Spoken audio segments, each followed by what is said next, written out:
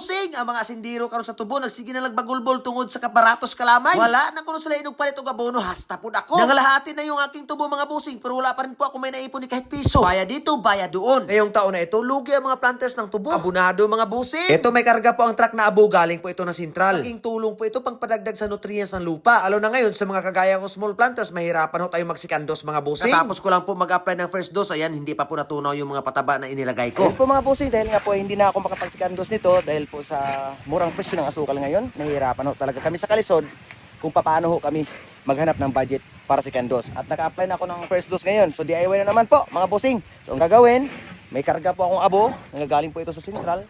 So ayun, nakita nyo po, meron tayong in-apply na first dose dyan. And then ang gagawin, ito.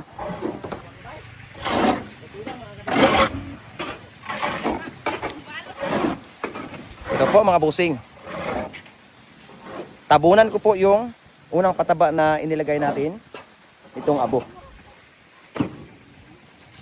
Ayan.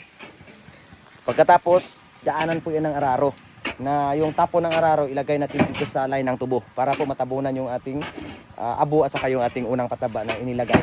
Para po matagal pong mawala yung power ng pataba na unang inilagay natin, yung 1620 urea at saka yung triple 14 plus itong abo na tinappings natin mga bossing. Malaking tulong po yan for long term commercial na mga pataba. Ay hanggang 6 months lang po ang kamandag dyan mga bossing, minsan 5 months nga, depende pa po sa dosis na inilagay natin. Kung marami, mas matagal po siyang mawala, no? Pero kung ngayon medyo budget lang tayo, so mas mabilis na po mawala yung kamandag niya. So nangailangan tayo ng pangmatagalang epekto. Itong abo, tested and proven po yan mga bossing, na nakakatulong po yan sa paglaki ng ating tanim na tubo. So ayan po mga bossing, DIY na naman tayo, abo. At yan po yung ating tambak. Okay. Ito mga bossing. So ulit. Ito po ang pataba. Yan po mga boss. Ayan.